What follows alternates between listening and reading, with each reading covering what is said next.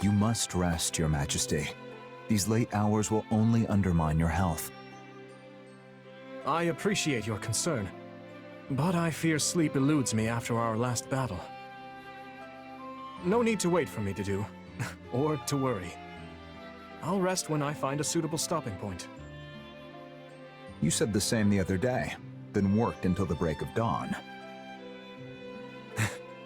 I should know better than to argue when you get like this. Very well. I'll rest once I know these documents contain no errors. And if you assist me, it will go all the faster. This is written in the language of Duscur. Is it a letter to the leadership? Yes. I'd asked their cooperation in investigating a number of matters pertaining to the tragedy of Duscur. Some interim reports arrived the other day, so I'm thanking them for those and requesting a further investigation into another matter. I see. Such important tasks warrant daylight. Can this not wait until morning? And what if I fall in battle tomorrow and the work remains forever unfinished? I must do all that I can while I still draw breath. I will uncover the truth of that day and exact revenge for the dead. I swear it. There's no time to waste.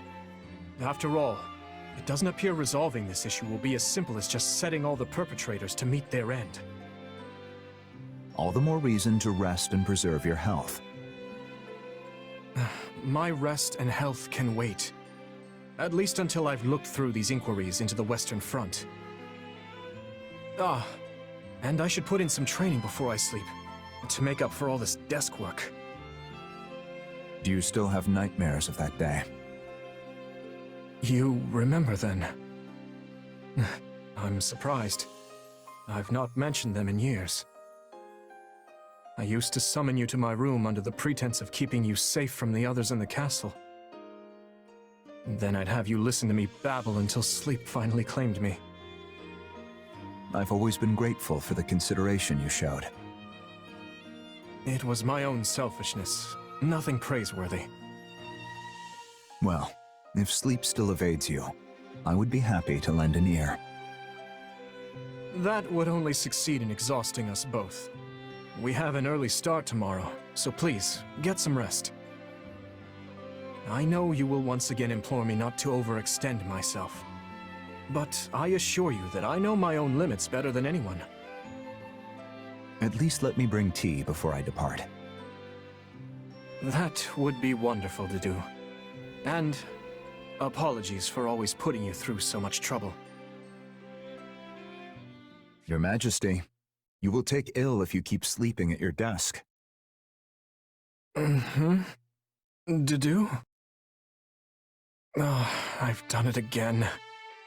Yes, well, thank you for waking me and sparing my poor neck any further damage. You sounded pained.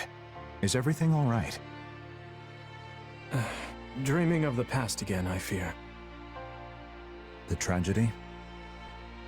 No, the day I returned to the capital afterward.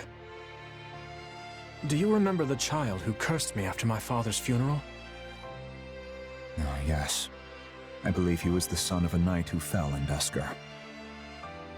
He was furious that I would not take revenge on your people, and even more enraged to see you serving as my vassal. He berated me without mercy, demanding I kill you then and there. All I could do was walk away. Everyone desires revenge for that day. Survivors and the dead alike cry out for retribution. I know, Your Majesty. I seek to fulfill the duty they have given me, and have never once flinched from it. And yet, Dedue, if I were mortally wounded and begged with my dying breath for you to avenge me, what would you do? I would do it, even at the cost of my life. And if I told you to forget me, and live for your own happiness? I would regretfully decline. I cannot know happiness without you by my side. I would still seek vengeance, just for my own sake. not yours. Interesting. And nothing I say to the contrary will change your mind? Your Majesty, can you not live for your own sake?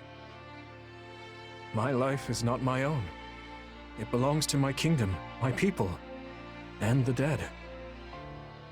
But had I been born to a different fate, well, perhaps I would have traveled outside Fodlan with you as a mercenary. Or perhaps I'd be a farmer. I confess the thought does sound rather delightful. Surely you could still tread those paths. It was a jest, Dedue. I merely said the first thing that came to mind. I am driven by matters on which I cannot permit myself to yield. I hope you understand that. Well then, all the more reason to get some proper rest. If work remains, I will aid you. If you have difficulty sleeping, I will lend you my ear. But seeing you slumped over at your desk disturbs me.